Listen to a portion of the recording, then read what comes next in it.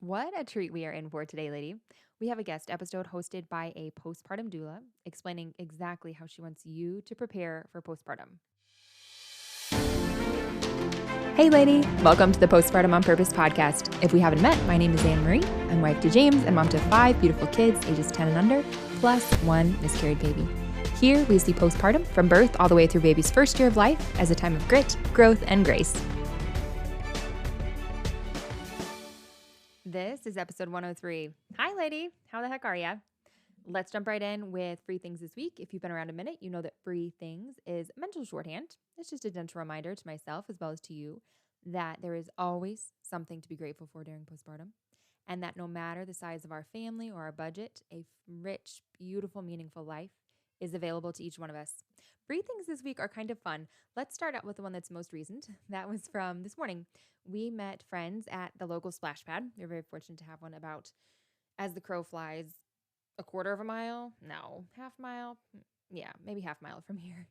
And our friends shared cut up watermelon with us and also Uncrustables, which is fancy because I don't ever buy Uncrustables. We brought some Nutter Butters too, but it was just a real gift to be able to spend time with them and to enjoy snacks. And maybe that's something that's accessible to most of us, I think, during postpartum, is that somebody brings us some type of food that we enjoy. And that is always something we can start by saying, awesome, good, I received that gift.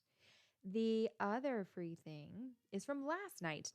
My second youngest turned 3, which is wild. Because when I started this podcast, I was just about a year out from his birth, and I started this with the goal of both making some sense of my experience, but really more looking for evidence that the opposite of what I had experienced in that postpartum was possible. That was the goal, was to look for evidence that the opposite of what I experienced was possible. And I have found it plentifully, plentifully. But this podcast came from him, from my experience of labor, birth, and postpartum with him. So it's just wild to think, man, he's already 3 years old. But a friend of ours, if you cannot have skills yourself, lady, find a friend who does. I don't have skills of making sweets look pretty, but I have a friend who does. She is our OG Grandma Tribe member. And my son told me recently, he told me like a month ago, that he wanted a friendly red dragon cake for his birthday. And dutifully, I texted our friend, Dewey wants a friendly red dragon cake. I didn't know what that meant.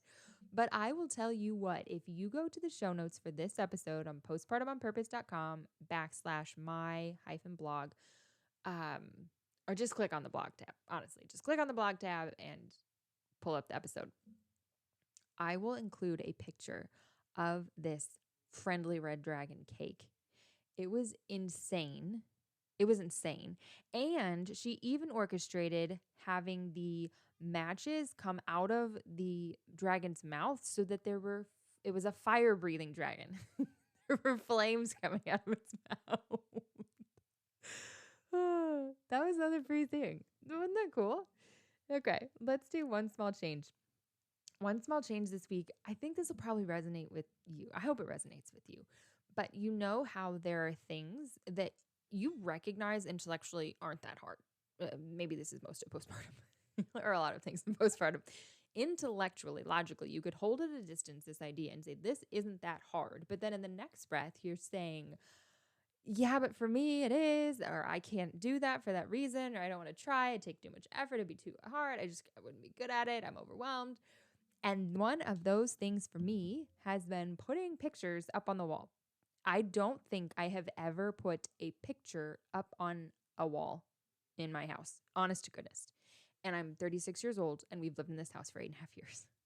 I have always asked my husband to put things up. And part of it's been because I wanted things to be level and I have not had a lot of confidence in my ability to get things level. And I knew that he was pretty good about being precise and making things look nice. But part of what was embedded in all of that too was a lack of confidence, a lack of trust in my ability to learn how to do what he was doing, which is not just to eyeball or to eyeball more successful. But in the last week, I was given the grace to mature, I guess. And I told my husband I was ready to put pictures back up on the walls because we painted our entire house, actually every single room.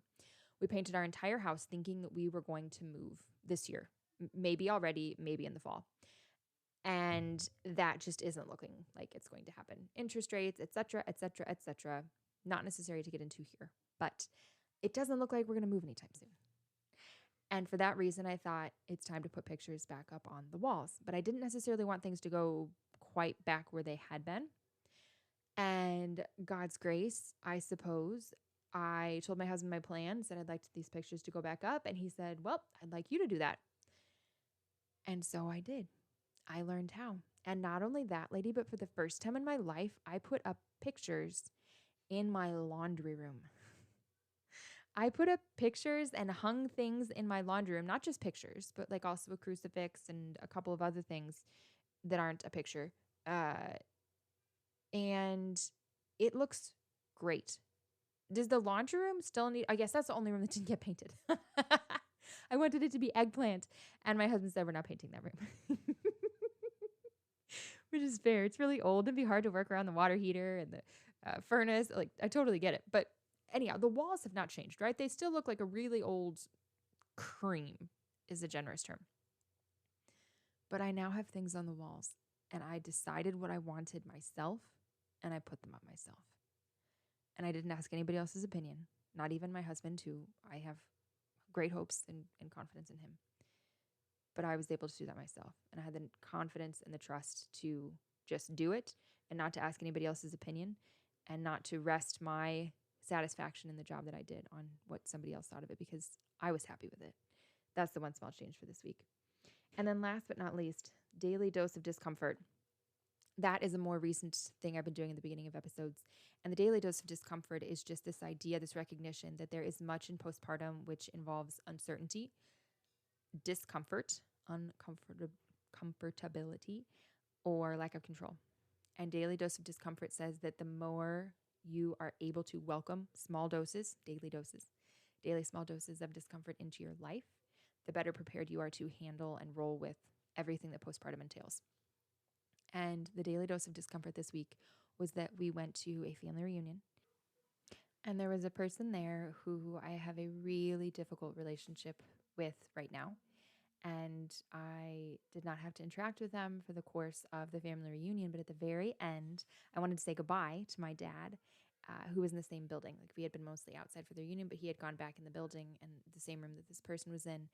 And I sat in my car for a minute. I thought, maybe I'll just leave. Like maybe I'll just let my dad know, hey, we had to go with the kids. Like we needed to leave. And that wouldn't have been a huge deal.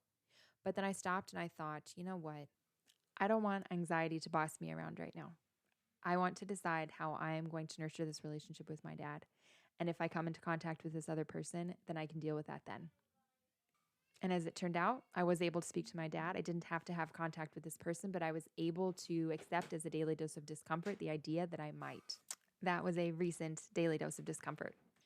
And now it's time, without further ado, to introduce today's guest host, Nina Spears. She goes by the Baby Chick. And last week, if you go to the episode right before this one, last week I recorded a book review of her debut book, The Baby Chick Guide to Positive Pregnancy. She's really great writing this book, and I did a full review, a very positive one. I recommend that book.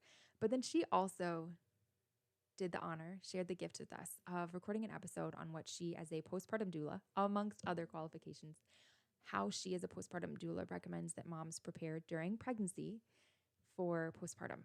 She says so many thoughtful things. I know that oftentimes you may be listening to this as you're washing dishes or folding laundry, nursing the baby, like doing something else at the same time. Don't have your hands free. But I truly think this episode is going to have such meaning and impact for you that I would recommend at least keep a notebook close by. Because the things that she says, like the questions she'd like you to ask in advance, but also the questions she shares that moms ask her at different times throughout their postpartum, she gives kind of a loose timeline of how the questions tend to change. This is a lady who gets the postpartum experience intimately. It's clear that she gets it. And here is the expertise that she is willing to share with us. If you're listening to this while you're pregnant, I want to start by asking you a question. What are you spending most of your time preparing for? Maybe you've already started your baby registry. Maybe you've been researching strollers or breast pumps or trying to decide which baby monitor has the best reviews. Maybe you've been reading books about labor or taking a childbirth class because you really want to understand your options before birth. All of those things are important, and I would never tell you not to do them. In fact, I've spent the last 15 years helping families do exactly that. But over the years, I've started asking expecting parents a different question. And that question is, how are you preparing for becoming a mother? Not just physically, but emotionally. How are you preparing for the changes that are about to happen in your relationships?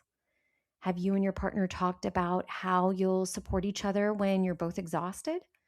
Have you thought about what kind of help you'll need once everyone goes back to work and life returns to normal, or at least your new normal? Have you spent any time thinking about how this experience might change the way you see yourself? One of the things I've noticed over the years is that expecting parents rarely ask those questions during pregnancy. When a woman finds out she's pregnant, she's immediately surrounded by information about her baby. Her social media starts showing her nursery inspiration and baby products. Her friends send her registry checklists and their absolute must haves. Pregnancy apps tell her what's happening with her baby every single week. Her prenatal appointments are focused on making sure she and her baby are healthy, which is exactly what those appointments should be focused on. With all of that information, though, coming at her, it's only natural that she assumes those are the things that she should be preparing for. The challenge is that there really isn't the same conversation happening about what she's about to experience. Very few people are talking to her about how her identity is going to change, how her relationships may change, what matrescence is, or how becoming a mother affects every part of her life. Those conversations often happen after the baby is born, when she's already living through them, instead of during pregnancy, when she has the time and space to think about and prepare for them. I don't think that's necessarily anyone's fault. Obstetricians and midwives are doing exactly what they're trained to do. Their job is to keep mom and baby healthy throughout pregnancy, and that's an incredibly important responsibility. But prenatal appointments are short, and there simply isn't enough time to answer every single question or prepare someone for every emotional, relational, practical, and physical change that comes with becoming a parent. As a result, women naturally spend their time preparing for what they see. They prepare the nursery, they organize baby clothes, they compare strollers, they read birth stories, hopefully focusing on positive stories. They pack the hospital bag, they check things off their registry and feel like they're making progress because those are the things the world keeps putting in front of them. I understand why, because when I first started working with expecting families back in 2010, I thought my job was to help them prepare for their baby too. And at that time, I was working at a local baby boutique in Houston, Texas. And every day, pregnant women came through the doors asking me questions about products, like which stroller would fit in a small trunk, or which breast pump should they buy? What did they actually need for their newborn? And I remember standing there thinking that it was fascinating that all of these women were looking to me, this young girl who didn't even have children yet, but was behind the front desk at a shop for guidance. I don't think they were necessarily looking for someone to tell them like what brand of stroller they should buy, or maybe they were, I don't know. But I do like to think that really they were just looking for someone that they could trust. That experience made me realize there needed to be someone whose role was to guide families through this season of life. You know, we hire wedding planners to help us prepare for one of the biggest days of our lives, our wedding. Yet, there were very few people helping families prepare for one of the biggest transitions they would ever experience. That curiosity led me to discover the profession of baby planning, and in 2011, I became a certified baby planner. Not long after that, I was introduced to the world of doulas, and I completely fell in love with the work. I became a certified birth doula, then a postpartum doula, a childbirth educator, a newborn care educator, an infant massage instructor, and eventually a perinatal nutrition expert. I wanted to learn everything I could because I genuinely believed that education and preparation gave families confidence because knowledge equals power. And I still believe that today. In fact, I think women deserve far more education about birth than they're typically given. Understanding your options, knowing how labor works, learning comfort techniques, involving your partner, and just feeling confident advocating for yourself can completely change the way you experience birth. Over time, though, I realized something I hadn't expected. Preparing families for birth was only one piece of the puzzle. There was so much more they needed before their baby arrived, and almost no one was talking about it. As I continued working with families, I eventually realized that birth wasn't the end of the journey that I wanted to support. It was really the beginning of a completely new chapter. That's what led me to become a postpartum doula. I wanted to be there after families brought their babies home because I was curious about what happened once everyone left the hospital. I wanted to understand what life actually looked like when there weren't nurses checking in every couple of hours, grandparents weren't coming by to visit, or healthcare providers reassuring parents that everything was okay. And over the years, I had the privilege of walking into hundreds of homes during those first few weeks and months after birth, and I started noticing patterns that repeated themselves over and over again. The first few days are often filled with adrenaline. Yes, parents are exhausted, but they're also excited. They're introducing their baby to family and friends, figuring out feedings, staring at their baby for hours, taking pictures, and just trying to soak in every snuggle and every moment. Even when they're tired, there is this excitement because the baby that they have been waiting so long to meet is finally here. For many families, that support continues for several weeks. Friends and relatives stop by with meals, grandparents come to help, and everyone wants to meet the new baby. Those first 4 to 6 weeks can feel incredibly full, even if they're also exhausting. Then, little by little, life begins to return to normal for everyone else. The visitors become less frequent, meals stop showing up at the front door, people go back to work and settle back into their own routines. And it's not because they stopped caring for that family, it's just that life simply keeps moving forward. For the new mother, though, life hasn't returned to normal at all. In many ways, she's just beginning one of the biggest transitions she'll ever experience. And this often is when I start hearing a different set of questions like, am I doing this right? Is it normal that I feel this emotional? Will I ever feel like myself again? Why is this so hard? Why does this feel so much harder than I expected? I also started noticing something that surprised me about partners. Most of the partners I worked with genuinely wanted to help. They loved their families deeply and they wanted to be supportive. But what I saw over and over again were partners who were waiting. They were waiting for someone to tell them what to do. They didn't want to overstep or do the wrong thing or make things harder.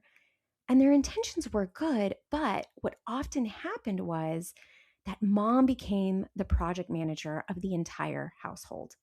She was recovering from pregnancy and birth, caring for a newborn, trying to learn how to feed her baby, navigating huge hormonal shifts, and at the same time, carrying the mental load of directing everyone around her. That wasn't anyone's goal. It was just simply a pattern that I kept seeing. Watching these dynamics unfold taught me something I hadn't fully appreciated when I was only attending births. Preparing for labor is incredibly important. Yes, it definitely deserves time, attention, and education. But eventually, labor does end. But motherhood, that doesn't. The conversations parents were having with me in those early weeks were no longer about contractions or cervical dilation anymore. They were about communication, routines, feedings, sleep deprivation, relationships, recovery, boundaries, expectations, identity shifts, and just trying to figure out what life looked like now. I found myself wondering why we were waiting until families were already exhausted to start having these conversations. Pregnancy gives us months to prepare, months to learn, months to strengthen our relationships, build a support system, and have honest conversations about expectations, responsibilities, and how we're going to care for one another after the baby arrives. Those conversations are so much easier to have when you're well rested than when you're functioning on 2 hours of sleep with a hungry newborn in your arms. One thing I've learned is that postpartum doesn't end after 6 weeks. No, your 6 week postpartum appointment is an important medical milestone, but it isn't the finish line for your recovery, your emotional adjustment, or your transition into motherhood. Around 2 months, many families are finding their footing without as much help. But at around 4 to 6 months, I often see another change. Sleep deprivation has accumulated. Some mothers have returned to work while others are navigating the reality of staying home full time. Babies are changing quickly, routines are changing again, and many women begin asking deeper questions about who they are becoming, how to balance everything, and how to take care of everyone around them without completely losing themselves in the process. Motherhood keeps evolving, and so do the kinds of support we need. That's one of the reasons I've become so passionate about preparing during pregnancy. Preparing isn't about checking a box before the baby arrives. It's about building a foundation that you'll continue coming back to long after birth. It's about understanding your values, strengthening your relationship with your partner, building a support system, learning how to communicate your needs, setting healthy boundaries, and giving yourself permission to check in with your own physical and mental health as your life continues to change. And those aren't skills that only help you during the first few weeks postpartum. They're skills you'll continue using throughout your motherhood journey. When I think about pregnancy now, I don't see 9 months of preparing for one day or the first 6 weeks of recovery. I see the beginning of preparing for a lifetime of motherhood. Birth is an incredibly important milestone, and I absolutely want women to prepare for it. That's why I designed my own birth course that looks at the pregnant mother holistically. And I encourage every family I work with to spend time learning about labor, understanding their options, and involving their partner in that preparation because it truly makes a difference. And at the same time, I also want women to spend time preparing for themselves. I want them preparing for their recovery, their relationships, their emotional well being, their village, and the incredible transformation they're about to experience. Because over the years, I've realized something that completely changed the way I think about this work. Women aren't just growing a baby during pregnancy, they're growing into a mother. And I don't think we spend nearly enough time preparing her for that journey. It wasn't until I became a mother myself that everything I had been witnessing over the years took on an entirely new meaning. Before I had my own children, I had already supported hundreds of families and had attended births, helped women through labor, and walked into countless postpartum homes. I felt incredibly prepared for birth because I had spent years helping other women prepare for theirs. In many ways, being a doula made me a better mother. I understood what was happening to my body. I knew what labor would likely feel like. I understood newborn behavior and feeding and recovery. I had realistic expectations, and I had intentionally built a support system and postpartum plan because I knew how important that would be. But even with all of that preparation, motherhood still changed me in ways I couldn't have fully understood until I experienced it myself. One of the biggest surprises wasn't just learning how to care for a baby, it was realizing how much I was changing too. I was still Nina. I still loved my work. I still had goals and dreams, but every decision I made now included someone else. My priorities had changed. My perspective changed. I experienced a depth of love which took a little while to grow, to be completely honest. But that love did grow, and it was one that I had never known before. And at the same time, I understood why so many women told me they sometimes miss pieces of the person they used to be. Those feelings can exist together. You can be deeply grateful for your baby and still be adjusting to this new season of life. You can absolutely love motherhood and still have days that feel incredibly hard and times that you may actually hate. You can feel confident one day and completely overwhelmed and defeated the next. That is human. And even though I knew those things on paper, all of it took on a whole new meaning when I became a mother. And a few years ago, I came across a word that perfectly described what I had been witnessing in both my clients and myself: matrescence. Thankfully, we're now hearing this term a lot more. It's the developmental transition into motherhood. And truly, I wish every expecting parent learned about it during pregnancy. When people understand matrescence, so many things begin to make sense. Your hormones change, your brain changes. In fact, research shows that pregnancy and early motherhood actually reshape the brain in ways that help mothers become more attuned to their babies. Your body changes, your relationships change, your routines change. Sometimes your career changes, and even the way you think about yourself begins to change. When you look at all of those changes together, it makes perfect sense that motherhood can feel overwhelming at times. That's why I think it's so important that we start talking about matrescence before a woman gives birth instead of after, when she's already living it. Having language for what you're experiencing doesn't solve every challenge, but it often replaces confusion and guilt with compassion and understanding. Instead of wondering, what's wrong with me? You begin realizing, I'm going through one of the biggest transitions of my life. That simple shift can make an enormous difference. Learning about matrescence also changed the conversations I started having with families during pregnancy. Instead of only talking about the nursery or their birth plan, I started asking questions like, what kind of parent do you hope to be? How do you and your partner usually work through stressful situations? Who are the people you know that you can call on when you need help? And how are you and your partner going to prioritize your sleep and nourishment?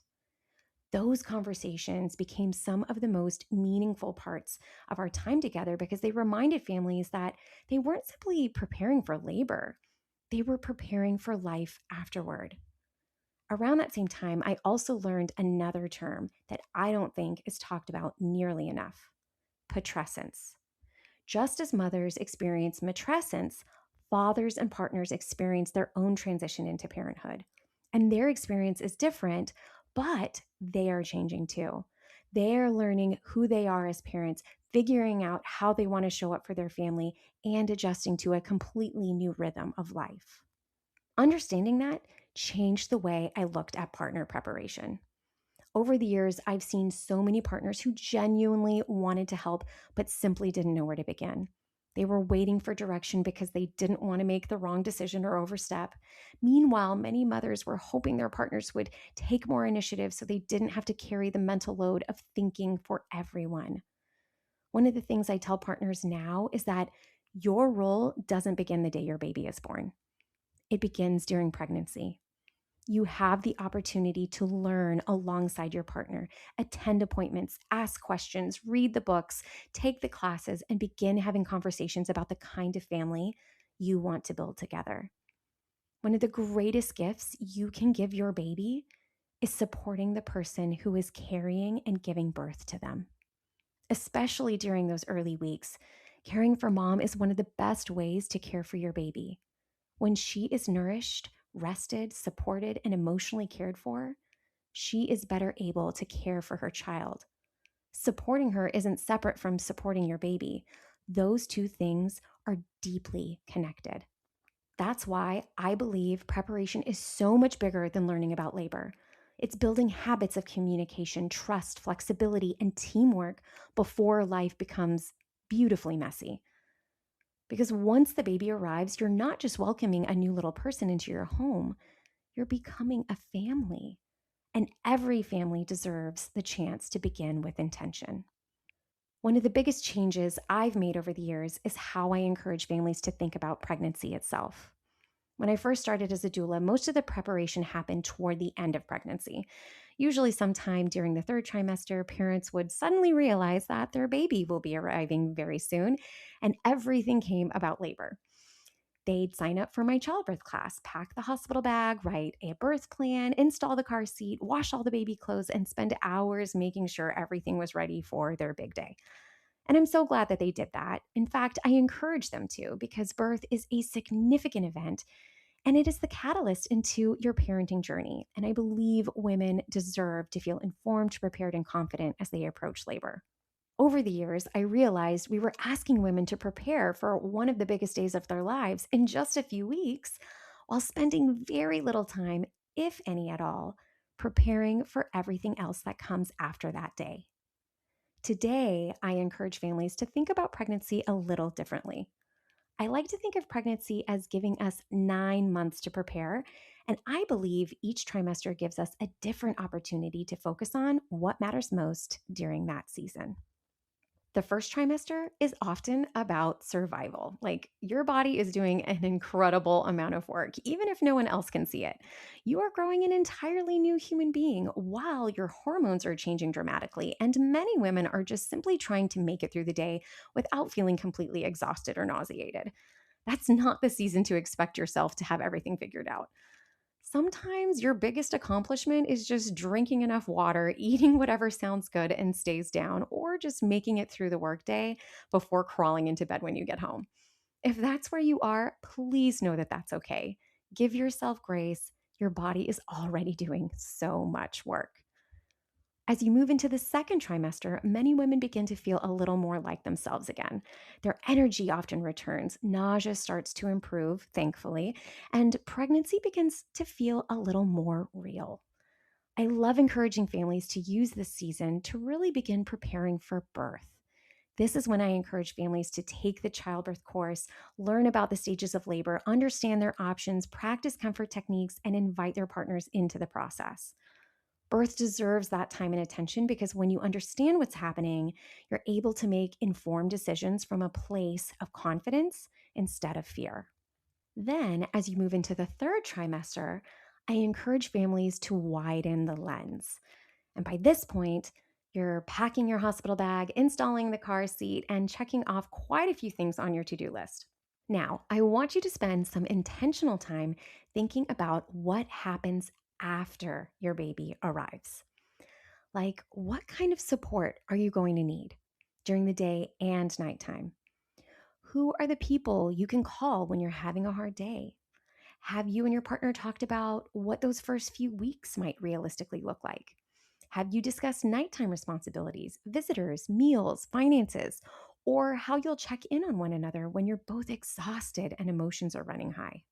Those conversations may not be as fun as decorating the nursery or shopping for baby clothes, but I truly believe they're some of the most valuable conversations you'll have during your entire pregnancy. This is the time to create a postpartum plan.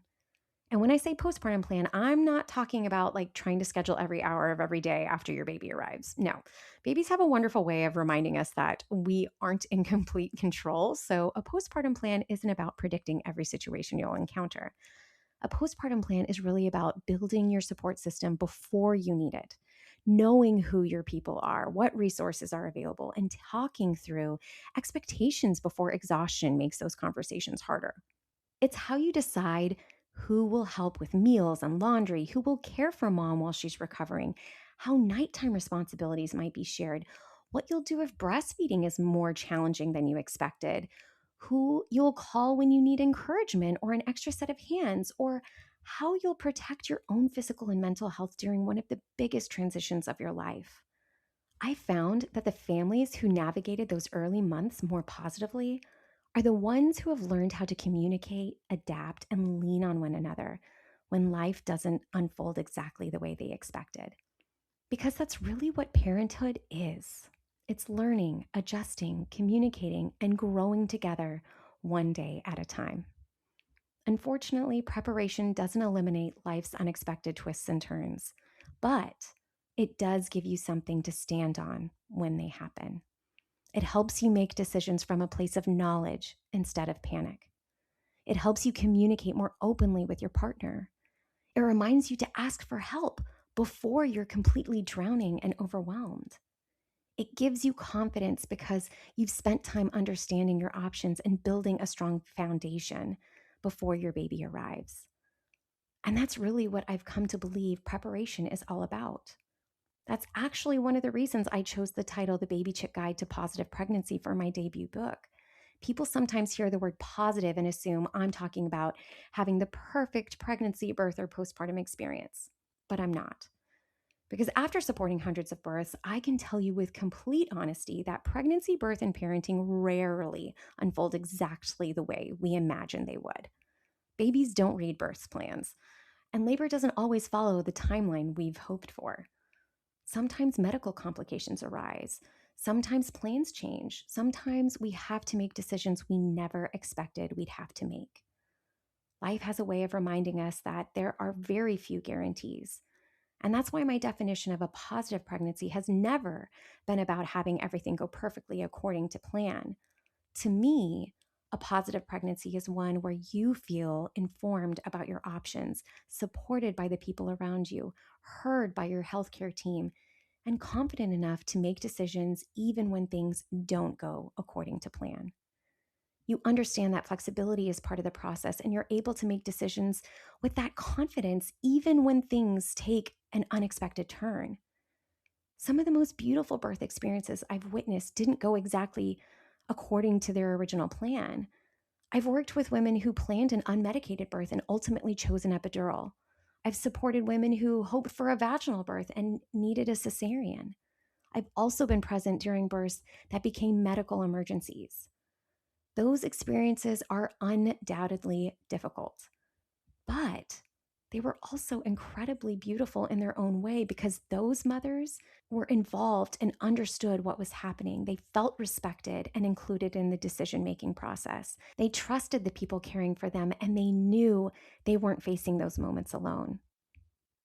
I've also seen births that looked good on paper, but left mothers feeling disappointed because they didn't feel heard, respected, or involved in what was happening. And that's why I believe our experience matters just as much as the outcome. Of course, every parent wants a healthy baby. Every healthcare provider wants a healthy mom and a healthy baby. That will always be the goal. But I also think that should be the expectation, not the entire definition of success. How a woman feels during one of the most significant moments of her life matters too. Whether she felt informed, respected, heard, and like she had a voice. Those things stay with her long after the birth itself is over. That's one of the reasons I often tell families that I think of a birth plan more like a flow chart than a wish list. A wish list assumes there's only one good outcome, but a flow chart recognizes that birth can take many different paths. It encourages you to learn about your options ahead of time so that if your birth takes an unexpected turn, you aren't hearing about those possibilities for the very first time while you're in labor. You're able to pause, ask questions, understand what's happening, and make informed decisions based on the situation in front of you. I can't promise anyone the birth that they've imagined. I really wish I could, but unfortunately, no one can. But what I do hope every family walks away with is something much more lasting. I want them to look back and say, I understood what was happening. I felt respected. I felt supported. My partner and I made those decisions together. Even though it wasn't what we planned, I know we made the best decisions we could with the information that we had. To me, that is what a positive experience looks like. It's preparation, support, flexibility, and trust carrying you through whatever your journey brings. Preparation can't promise a particular outcome, but it can change the way you move through the experience. It gives you knowledge when you're making difficult decisions, confidence when plans change, support when you need it most, and compassion for yourself when things don't unfold the way you imagined. Sometimes that changes not only how you experience birth, but how you remember it for years to come. As I look back over the last 15 years, I realize that the greatest lessons I've learned haven't really been about birth. They've been about mothers. I've learned that women are incredibly resilient. I've watched them do hard things. I've watched them advocate for themselves, overcome fears, navigate unexpected complications, and discover strengths they didn't know they had. I've also learned that they carry far more than most people ever see. They're carrying the physical changes of pregnancy, the emotional weight of becoming a parent, the hopes they have for their baby, the expectations they place on themselves, and often the invisible mental load of trying to hold everything together. That's why I care so deeply about preparing mothers. I've seen the difference it makes when a woman feels informed, supported, and cared for long before labor begins. Those things don't guarantee a particular outcome, but they can change the way she moves through the experience. One of the things I say often is that we spend so much time preparing for the arrival of a baby. And I absolutely think we should. Pregnancy is a wonderful time to learn about birth, prepare your home, and get excited about the little person you're about to meet. I just hope we spend that same intentional time preparing for the person who's about to meet them. You, your health, your relationships, your recovery, your support system, because you matter too. The longer I've done this work, the more convinced I've become that when we support mothers well, everyone benefits. Children benefit because they're being raised by parents who feel supported and connected to one another. Partners benefit because they're learning how to communicate and navigate this new season together. Families become stronger because they're building a foundation rooted in trust, flexibility, and support instead of simply trying to survive. There's a quote I've loved for years that says, "Peace on earth begins with birth." The longer I've done this work, the more I've reflected on what those words really mean. Every person who has ever changed the world began as someone's baby. Before they were a teacher, a scientist, an artist, a nurse, a doctor, a business owner, or a leader, they were cared for by someone who was learning how to be a parent. That's why I believe caring for mothers is one of the most meaningful investments we can make. When we prepare mothers well, we don't just help one woman, we strengthen a family. And families are what shape our communities, and communities are what shape our world. So, if you are listening today while you are pregnant, I hope you'll remember one thing from our conversation. You have spent months thinking about the life you're bringing into the world. I simply hope you'll spend some of that time caring for the life that's bringing them here, because you matter too. If this conversation resonated with you and you'd like someone to continue walking alongside you, that's exactly why I wrote the book, The Baby Chick Guide to Positive Pregnancy. I wanted to create the resource I wish every expecting family had, one that prepares you not only for your pregnancy and birth, but for everything that comes after.